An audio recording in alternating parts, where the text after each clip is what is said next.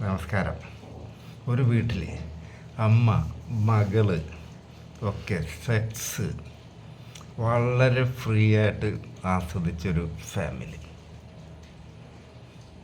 പണ്ടും ഇന്നും ഈ സദാചാരം കൂടുതൽ പൊഴുങ്ങി തിന്നണത് പാവപ്പെട്ടവരാ. പണക്കാരെ ജീവിതം എൻജോയ് ചെയ്യും, സ്ത്രീയും പുരുഷനും. ഇപ്പം ചില സ്റ്റിക്കറൊക്കെ ഇങ്ങനെ കാണാമല്ലോ, പൈസക്കാർക്ക് എന്തും ആവാമല്ലോ. പണ്ടും അങ്ങനെ. അപ്പോൾ നമ്മുടെ പെരിയാറിൻ്റെ തീരത്ത് ഈ കാലടി ആ ഭാഗത്താണ്. അവിടെ അന്നൊക്കെ ഈ പുഴ മണൽപ്പുറങ്ങളുണ്ട്. മണൽപ്പുറം വേനലായാൽ വിശാലമായ മണൽത്തിട്ട, വെള്ളം ഏതെങ്കിലും ഒരു സൈഡിൽ കൂടിയാണ് ഒഴുകുക. വെള്ളത്തിൽ ഇറങ്ങിയ ചില ഭാഗത്ത് പുഴയുടെ അക്കരക്ക് നടന്നു പോവാം. കിഴക്കോട്ട് നോക്കിയാൽ മലയായിട്ടൊരു മല കാണാം. ഇന്നിപ്പോൾ ആ പുഴയൊക്കെ ഇറങ്ങണോടത്ത് തന്നെ ചെളിയാണ്. അതിന് മണൽ വാരിയിട്ടാണ് എന്താണെന്നൊന്നും അറിയില്ല. ഇപ്പം അതൊന്നുമില്ല അവിടെ. ഇപ്പം ഞാൻ പരിചയപ്പെടുത്താൻ പോണ ഫാമിലി എന്ന് പറയുന്നൊരു ഹൈ ലെവൽ ഫാമിലി സാമ്പത്തികമായിട്ട്. അവർക്ക് ഊട്ടിയിൽ തേയില എസ്റ്റേറ്റുകളുണ്ട്, ടീ എസ്റ്റേറ്റ്. പിന്നെ ഇവിടെ ബംഗ്ലാവ്, ഈ പെരിയാറിൻ്റെ തീരത്ത് അവിടെ ഏക്കർ കണക്കിന് സ്ഥലം, ജാതിക്കാത്തോട്ടം ഒക്കെ ഉണ്ട്. ഗൂഡല്ലൂർ തന്നെ 2-3 സ്ഥലത്തുണ്ട് അവർക്ക് തോട്ടം. അവിടുത്തെ കാരണന്മാർ, അപ്പനപ്പൂപ്പന്മാരെ, ഈ സായിപ്പന്മാരായിട്ടൊക്കെ എന്തൊരു അവരുടെയൊക്കെ കീഴിൽ ജോലിയെടുത്ത് കണക്ക് പിള്ളയൊക്കെ ആയിട്ട് അങ്ങനെ അനവധി സ്വത്തുകൾ അവിടെ പാരമ്പര്യമായിട്ട് ഉള്ളതാണ്. അല്ലാണ്ട് ഇവർ പോയിട്ട് സമ്പാദിച്ചതൊന്നുമല്ല. ഇപ്പം നിലവിൽ അമ്മയും മകളും മരുമകനാണ്. ഈ മകള് ഭയങ്കര ബോൾഡാണ്. അവൾക്കൊരു 40 വയസ്സൊക്കെ ആയിട്ടുണ്ട് ഈ സംഭവം നടക്കും. 40 കഴിഞ്ഞ്. ഇവൾക്ക് അന്ന് വിദേശത്ത് എന്തൊക്കെ ഒരു പരിപാടി ഉണ്ട്. ഇവള് വിദേശത്തൊക്കെ പോകും. അപ്പോൾ ഇവർ ഈ ഗ്രാമപ്രദേശത്ത് ജീവിക്കണം എന്ന് പറഞ്ഞിട്ട് കാര്യമില്ല. ഇവരുടെ കോണ്ടാക്ട്സും ഇതൊക്കെ ഹൈ ലെവൽ ആൾക്കാരും വിദേശത്തു നിന്നൊക്കെ ആൾ വരും ഇവരുടെ വീട്ടിൽ, വെള്ളക്കാർ. എന്നിട്ട് ആ ചെറിയൊരു സ്ഥലമല്ല, ഗ്രാമമല്ല, അവിടെ ഈ മണപ്പുറത്ത് വൈകുന്നേരം ആകുമ്പോൾ കസേര ഇട്ട് ഒക്കെ വന്ന് എല്ലാവരും ഇരിക്കും, വെള്ളം അടിക്കും. ആര്? ഈ സ്ത്രീയും ഈ വിദേശത്തു നിന്ന് വരുന്ന ആൾക്കാരും. അവരുടെ കൂട്ടത്തിലും ഉണ്ടാവും സ്ത്രീകൾ. ഇവർ സ്മോക്ക് ചെയ്യും അവിടെ ഇരുന്ന്. പിന്നെ ഷഡ്ഡി മാത്രം ഇട്ട്, ഷഡ്ഡിയും ബ്രേസറും ഇട്ട് വെള്ളത്തിലിറങ്ങി കിടക്കും. സാധാരണ സ്വിമ്മിങ് പൂളിലൊക്കെ ഉള്ള സായിപ്പ് കിടക്കണം. ഇതിങ്ങനെ ശാന്തമായിട്ട് ഒഴുകണ നദിയിൽ ഒരു വെറൈറ്റി ഞാൻ കണ്ടിട്ടുണ്ട്. ഇവർ ഷഡ്ഡിയൊക്കെ ഇട്ട് അന്നല്ല നാട്ടുകാർ വീണ്ടും കാണും. എന്നാലും അങ്ങനെ നോക്കാൻ മടിയാണ്. കാരണം എന്നാലും ഇടം കണ്ടിട്ടൊക്കെ നോക്കുക. അപ്പം ഇവരുടെ കടവ് എന്ന് പറഞ്ഞാൽ പൊതു ആൾക്കാർ ഇറങ്ങണ കടവല്ല. ഇവരുടെ കടവിൻ്റെ രണ്ട് ഭാഗത്തും ആൾക്കാർ കുളിക്കാൻ വരുന്ന കടവുണ്ട്, കുറച്ച് ഡിസ്റ്റൻസിൽ. അതായത് പുഴയിൽ കുളിക്കാൻ പോകാന്ന് പറഞ്ഞാൽ ആ ഒരു വഴി പുഴയ്ക്ക് പോയി അവസാനിക്കുന്നുണ്ടാവും. അവിടെയാണ് ആൾക്കാർ ഇറങ്ങി കുളിക്കുക. അതേപോലെ അപ്പുറ സൈഡിലും ഇവരുടെ വീടിൻ്റെ അവിടെ പ്രൈവറ്റ് കടവാണ്.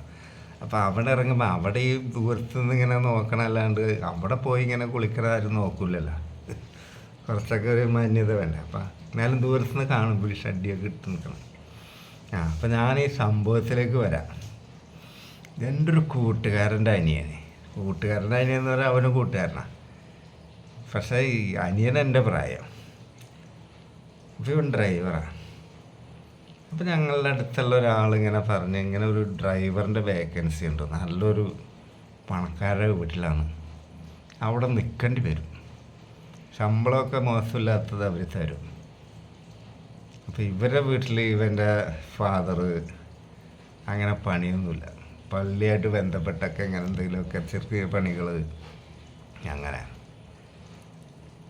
പിന്നെ ഇവൻ്റെ ഒരു ചേട്ടനുണ്ട്, അവൻ ഈ കൊയറിനൊക്കെ ഗിത്താർ വായിക്കും. എല്ലാം 50 രൂപയൊക്കെ കിട്ടിയാലായി. അപ്പോൾ ഇവൻ പറഞ്ഞ് ഞാൻ പോയിക്കോളാറ്. പോയി നോക്കുമ്പോൾ നല്ല റിച്ച് ആൾക്കാരാണ്. അപ്പം എൻ്റെ കുടുംബം അവിടെ ഉണ്ട്. അപ്പോൾ എന്നോടാണ് ഇവൻ ചോദിച്ചത് ഈ സംഭവം എവിടെയാണ്, ഏതാണ്, അങ്ങോട്ട് എത്തിപ്പെടണ ഒക്കെ ഞാൻ പറഞ്ഞു കൊടുത്ത്. അന്ന് ആലുവയിൽ നിന്ന് ബസ്സിന് പോകണം. കാരണം ഇവനവിടെ ചെന്ന് അപ്പോൾ അവർക്ക് വേണ്ടത് കുറച്ച് ആരോഗ്യമുള്ളതും ധൈര്യമുള്ളതും ഒക്കെ ആയിട്ടുള്ള ഒരു ഡ്രൈവറാണ്. കാരണം ഇവർ ഊട്ടിയിലെ ടീ എസ്റ്റേറ്റിലൊക്കെ ഇവർ ട്രാവൽ ചെയ്യും. ഊട്ടിയല്ല ഗൂഡല്ലൂർ എസ്റ്റേറ്റിലെ പണിക്കാർക്ക് സാലറി കൊടുക്കാൻ പോകും കാറിൽ. അപ്പോഴൊക്കെ ഒരു ചങ്കൂറ്റുള്ള ഡ്രൈവറാണ് ഉദ്ദേശിക്കുന്നത്, ആരോഗ്യം ഉണ്ടാവണം. അപ്പോൾ ഇവനെ കണ്ടാലൊരു എന്താ പറയുക, സിനിമാ നടന്മാരുടെയൊക്കെ ഗുണ്ടകളില്ലേ, ബൗൺസർമാർ, ഏകദേശം അതേപോലത്തെ ബോഡിയും അത്യാവശ്യം ധൈര്യമുള്ള ഒരുത്തരാണ്. അങ്ങനെ ഇവനോട് കുറച്ച് ചോദ്യങ്ങളൊക്കെ ചോദിച്ച് ഇൻ്റർവ്യൂ മോഡൽ ഇവനെ എനിക്ക് ഉത്തരം പറഞ്ഞ് ഇവനെ സെലക്ട് ചെയ്തു. രാത്രി സന്ധ്യ ആയി കഴിഞ്ഞാൽ ഇവരുടെ വീട്ടിൽ വെള്ളമടിയാണ്, മോളടിക്കും മരുമകളടിക്കും. പിന്നെ പുറത്തുനിന്ന് ആരെങ്കിലുമൊക്കെ വന്ന അപ്പോൾ ഈ മരുമകൻ ദത്താണ്. മരുമകനെ ഇവരുടെ വീട്ടിൽ കല്യാണം കഴിച്ച് താമസിക്കുകയാണ്. അവൻ്റെ തറവാടല്ല ഇത്. അയാളും ഫ്രീ ആണ്. അയാൾ വേലക്കാരത്തിനൊക്കെ റൂമിൽ കയറ്റും, അയാളുടെ ഗേൾ ഫ്രണ്ട്സ് വന്നാൽ കളിക്കും. ഈ മോളങ്ങനല്ല, മോൾക്ക് വിദേശികളൊക്കെ വന്നാൽ അവർ കൊണ്ടടിപ്പിക്കും. തമ്മിൽ വിലക്കുകളില്ല. അതാ ഞാൻ പറഞ്ഞ ജീവിതം എൻജോയ് ചെയ്യുന്ന ആൾക്കാരാണ്. ഇവനിതൊക്കെ കണ്ട അന്തം വിടുക. അപ്പം ഈ മകളുടെ റൂമിൽ ആരെങ്കിലുമൊക്കെ മകൾ എന്നും കളിക്കണമുള്ളൂ.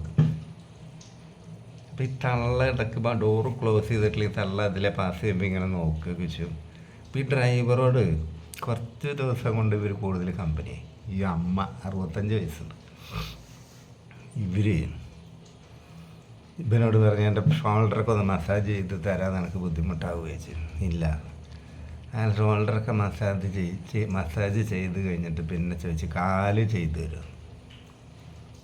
കട്ടിലുമേലെ ഇരിക്കാൻ പറയും. ഇവർ ചാരി ഇരുന്നിട്ട് കാല് കുറച്ച് മുട്ടും കാല് വരെയൊക്കെ ഇങ്ങനെ ആക്കിയിട്ട് ഇവർ പറഞ്ഞു. അപ്പോൾ ഇവർ 2 അടിച്ചിട്ടുണ്ട്. സന്ധ്യ കഴിഞ്ഞിട്ടുണ്ട്. സന്ധ്യ കഴിഞ്ഞാൽ അവിടെ വെള്ളം അടിക്കാത്ത ആളില്ല. അത് ഒരുപാടൊന്നും അടിക്കൂല. 2-3 പേക്ക് ഈ കാഷ്യൂനട്ട് അണ്ടിപ്പരിപ്പൊക്കെ കഴിക്കുള്ളൂ. പിന്നെ അത് കഴിഞ്ഞ് നല്ല ഫുഡ്, കള്ളം കുടിക്കുമ്പോൾ എന്തെങ്കിലും നട്ട്സൊക്കെ കഴിക്കുള്ളൂ. അപ്പോൾ ഇവനോട് പറയും വേണമെങ്കിൽ കുടിച്ചോളാനൊക്കെ പറയും. അതായത് ഒരു വീട്ടിലെ അംഗത്തെ പോലെയാണ് അവനവിടെ കരുതിയത്. അങ്ങനെ കാല് ഇങ്ങനെ അവരുടെ ഡ്രസ്സ് ഉയർത്തി വെച്ചിട്ട് ഇങ്ങനെ മസാജ് ചെയ്തുകൊണ്ടിരിക്കുമ്പോൾ ഇവർ പറഞ്ഞ് ഞാൻ എല്ലാ കാര്യങ്ങളും വെട്ടി തുറന്ന് പറഞ്ഞ ആളാണ്. നിനക്ക് എന്നെ കണ്ടിട്ട് ഒന്നും ചെയ്യാൻ തോന്നല്ലേ, എനിക്ക് സെക്സിൽ നല്ല താല്പര്യമുള്ള ആളാണ്. അപ്പോൾ ഇവൻ പറഞ്ഞ് എനിക്ക് താല്പര്യമില്ലാഞ്ഞിട്ടല്ല, മാഡത്തിനോട് അങ്ങനെ പെരുമാറണമെന്ന് വിചാരിച്ചിട്ടാണ്. ഞാനിവിടുത്തെ ശമ്പളക്കാരനല്ലേ. ഈ സമയത്ത് മാഡോ ഒന്നുമില്ല, നിനക്ക് ഇഷ്ടമുണ്ടെങ്കിൽ ചെയ്തോ, ഇങ്ങോട്ട് ആരും വരില്ല. അപ്പോഴിവന് ധൈര്യമില്ല. അവർ മുൻകൈ എടുത്ത്. കാരണം ഇവനങ്ങനെ പരിപാടിയൊക്കെ അവനെടുത്തിട്ടുണ്ട്. പക്ഷേ ഒരു ധൈര്യം വരണില്ല, മുതലാളിച്ചല്ല. അവരെന്നെ ഇൻട്രസ്റ്റ് എടുത്ത് അവരുടെ ഡ്രസ്സും റിമൂവ് ചെയ്ത് ഇവൻ്റെ ഡ്രസ്സ് ആദ്യമായതായതുകൊണ്ട് ഇവന് ധൈര്യമില്ല. ഇവർ തന്നെ ഇവൻ്റെ മുണ്ടും ഷർട്ടും ഒക്കെ ഇതാക്കി. പിന്നെ അവർക്ക് ഇവനൊരു സെഡി മാത്രമേ ഉള്ളൂ. അത് ഇവനോട് ഊരാൻ പറഞ്ഞു. ഇത് കഴിഞ്ഞിട്ട് ഇവൻ കയറി കളിച്ച്. അപ്പോൾ ഇവർ പറഞ്ഞെന്താണെന്നറിയാം, ഇവർക്കിഷ്ടം കട്ടിൽമേ മുട്ടുകുത്തി നിന്നിട്ട് ബാക്കിൽ നിന്ന് ചെയ്യണതാണ്. അപ്പോൾ ഏതൊരു സൊസൈറ്റി ലേഡി പറഞ്ഞു കൊടുത്താണല്ലോ, നടുവേദന ഉണ്ടാവില്ല ഈ പ്രായത്തിൽ അങ്ങനെ കളിച്ചാൽ. എന്നിട്ട് ഇവർ പറഞ്ഞെന്താ, കളി അങ്ങനെ എടുപ്പിച്ചവനെ കൊണ്ട് ആ പൊസിഷനാണ് അവർക്ക് ഇഷ്ടം. പിന്നെ നിനക്ക് ഇഷ്ടമുള്ള പോലെ നീ ചെയ്തോ, എനിക്ക് അവിടെ എന്ത് ചെയ്താലും ഇഷ്ടമാണ്. സെക്സിൻ്റെ കാര്യത്തിൽ എനിക്കൊരു മടുപ്പുള്ള ആളല്ല. സമയം കിട്ടിയാലൊക്കെ നീ കളിച്ചോ, ഞാൻ റെഡിയാണ് പറയുന്നത്. കാരണം ആ സെക്സിന് മകളെ പോലെ തന്നെയാണ് ഇവർ. ഞാൻ പണ്ടും പറഞ്ഞിട്ടുണ്ട്, ചില സ്ത്രീകൾക്ക് സെക്സ് ഭയങ്കര താല്പര്യമായിരിക്കും. അപ്പോൾ ഇവരുടെ ശരീരം ഇവർ നല്ലോണം കാത്തു സൂക്ഷിക്കുന്ന ആളാണ്. എക്സർസൈസ് ഉണ്ട്, ഭക്ഷണം ലിമിറ്റാണ്. ഇവരുടെ വയറൊന്നും ചാടിയിട്ടില്ല, ശരീരം വല്ലാണ്ട് ഉടഞ്ഞിട്ടില്ല. 65 വയസ്സുള്ളെങ്കിലും 10 വയസ്സ് കുറവേ വരെ തോന്നുള്ളൂ. അപ്പോൾ ഈ മെൻസസ് നിന്നാണ്. അപ്പോൾ അവിടെ ലൂബ്രിക്കേറ്റിംഗ് ജെല്ലൊക്കെ യൂസ് ചെയ്യും ഇവർ. അവിടെ വഴുവഴുപ്പുണ്ടാകും. അതൊക്കെ അവരുടെ അടുത്ത് സ്റ്റോക്കാണ്. അതൊക്കെ അവർ തന്നെ പുരട്ടി കൊടുക്കും. അങ്ങനെ ഇവർ 1,000 രൂപ ഒക്കെ ആഴ്ചയിൽ ടിപ്പ് കൊടുക്കും ഈ പരിപാടി എടുത്ത് കൊടുക്കുന്നതിന്. പിന്നെ ഇവർ അവിടെ ടൗണിൽ പോയാൽ അപ്പോൾ ഇവരുടെ കാറിൻ്റെ ഡിക്കിയിൽ അരിക്കടയിൽ നിന്ന് ഒരു ചാക്ക് അരി എടുത്തിടാൻ പറഞ്ഞു കടക്കാരനോട്. അപ്പം അന്നൊക്കെ 70 കിലോൻ്റെ ചാക്ക്, പിന്നെ 100 കിലോ കിൻഡൽ ചാക്കുള്ളൂ. അപ്പോൾ 70ൻ്റെ കിൻഡൽ ചാക്ക് വേണോ മറ്റത് വേണോ ചോദിച്ചപ്പോൾ ഇവർ പറഞ്ഞ് കിൻഡൽ വേണ്ട സാറ്, 70 കിലോൻ്റെ ചാക്ക്. ഇന്നൊക്കെ 50 കിലോ 25 കിലോ 10 കിലോ ഒക്കെ ബാഗുണ്ട്, പണ്ട് ചാക്ക. അപ്പോൾ ഈ അരി ഡിക്കിയിലെടുത്തിട്ട് എന്നിട്ട് ഈ അമ്മ പറഞ്ഞെന്താ, നീ ഒരു കാര്യം ചെയ്യ്, വീട്ടിൽ പോയിട്ട് വണ്ടി കൊണ്ടുപോയിക്കോ, ഈ അരി നിൻ്റെ വീട്ടിലേക്കുള്ളതാണ്.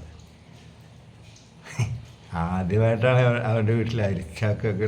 അപ്പം മറ്റവൻ ഗിത്താറൊക്കെ അടിച്ച് 50 രൂപ കൊണ്ടുവരുമ്പോൾ അനിയൻ അരിച്ചാക്കൊക്കെ കൊണ്ടുവരൽ തുടങ്ങി. അപ്പോൾ അവൻ്റെ വീട്ടിലൊരു ചെറിയ വിവേചനമൊക്കെ തുടങ്ങി. തന്തക്കും തള്ളക്കും ഇവനാണ് ഓമന പുത്രൻ, മറ്റവനോടൊരു അവഗണന. അത് വിടാം, അത് ഇതുമായിട്ട് ബന്ധമില്ല.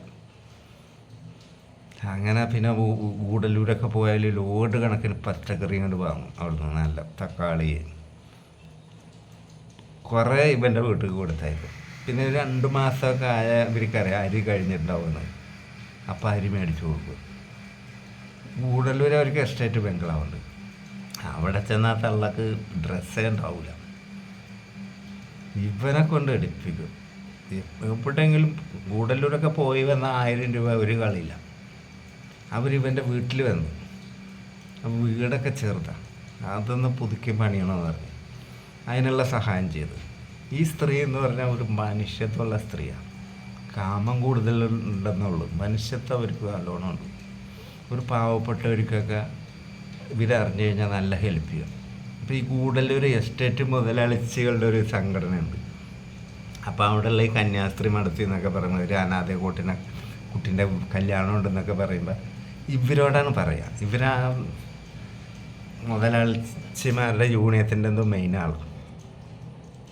പിന്നെ ഇവരെന്ത് ചെയ്യും, എല്ലാവരും കൂടി കുറച്ച് പൈസ കളക്ട് ചെയ്ത് ഈ കന്യാസ്ത്രീകൾക്ക് കൊടുക്കും. ഇനി കന്യാസ്ത്രീകളാകണമെന്നില്ല, ഇനി ഏതെങ്കിലും പാവപ്പെട്ടവർ ചോദിച്ചാൽ ഇവർ സഹായിക്കും. ചാരിറ്റി നല്ലോണം ചെയ്യും. പിന്നെ ഇവർ താമസിക്കുന്ന അവിടെ തന്നെ പാവപ്പെട്ടവർക്ക് ബസ്സിനെ വാങ്ങി കൊടുക്കും, ജീവിതമാർഗം, പെട്ടിക്കട ഇട്ട് കൊടുക്കും, ഒക്കെ ഈ സ്ത്രീ ചെയ്യും. അവരുടെ ഭർത്താവ് മരിച്ചിട്ട് കുറേ, അവർക്ക് കാമവികാരം അടക്കാൻ വയ്യ. ഈ ചെക്കനെ കൊണ്ട് കളിപ്പിക്കുമ്പോൾ അവന് ഇഷ്ടം പോലെ പൈസ കൊടുക്കും, അവൻ്റെ വീട് നന്നാക്കി കൊടുത്ത്. ഇവർക്ക് പൊസിഷൻ കുമ്പിട്ട് നിൽക്കണ ഇഷ്ടം. ഒരു ദിവസം മകള് ഇവനെ ക്ഷണിച്ച് റൂമിൽ. അന്ന് ഗസ്റ്റൊന്നുമില്ല. അമ്മ ഒന്നും പറഞ്ഞില്ല, പോയിക്കോളാൻ പറഞ്ഞു. ആ വീട്ടിൽ അതിനൊന്നും വിലക്കുകളില്ല, ഭർത്താവ് ഒന്നും പറയില്ല. അവർ ഇതിനൊക്കെ അതീതരാണ്.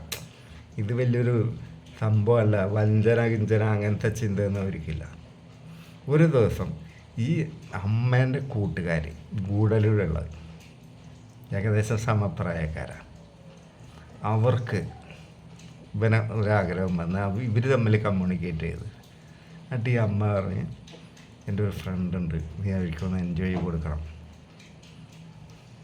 ഇവന് ത്രില്ലല്ലേ, പെണ്ണിനെ കളിക്കാൻ കിട്ടില്ല. അങ്ങനെ പോയി ഇവർ എസ്റ്റേറ്റ് ബംഗ്ലാവിൽ നിന്ന് അവർക്ക് കളിച്ചു കൊടുത്തു. അവർ നല്ലൊരു എമൗണ്ട് കൊടുത്തു. ഇത്രയൊക്കെ തന്നെ ഉള്ളൂ.